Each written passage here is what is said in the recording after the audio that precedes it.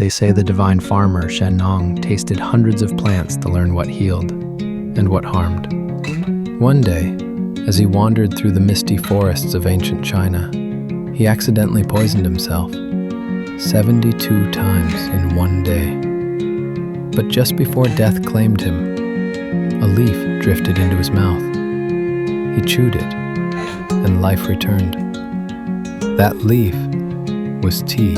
Of course, it's only a legend. Tea doesn't really cure poison. But Shennong's story reminds us how something born from danger can become a symbol of peace.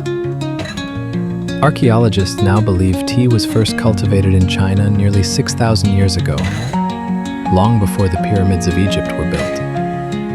Yet tea wasn't a drink at all. It was food, boiled with grains, eaten like a stew. It took thousands of years before someone realized that heat and water could unlock the true flavor of the leaf. By the 8th century, people began to whisk powdered tea into hot water, creating a drink called cha, the ancestor of today's matcha.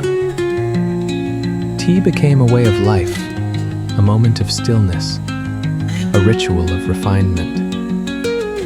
Then, in the 9th century, a Japanese monk brought the first tea plants home from China. From that seed grew an entire culture, a quiet ritual of grace and gratitude, the Japanese tea ceremony. To pour, to bow, to sip.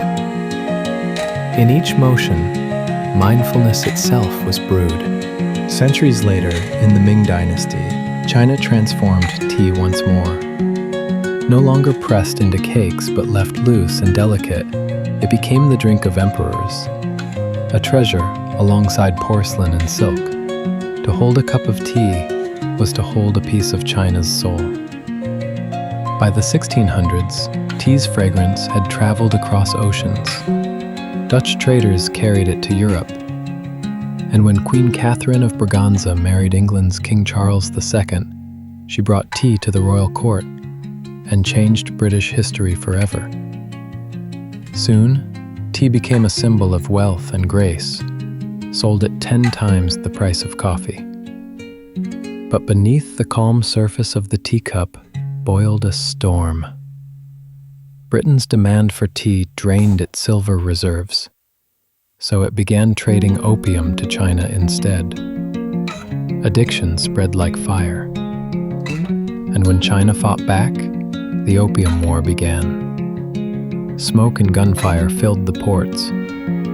China lost, and Hong Kong was handed over to Britain. The empire that once ruled tea now served it to its conquerors. But the British wanted more. They wanted to grow tea themselves. So they sent a man named Robert Fortune, a botanist disguised as a Chinese merchant, to steal tea plants from China's mountains. Through fog and danger, he smuggled crates of seedlings and workers to India. From those roots, a new empire was born.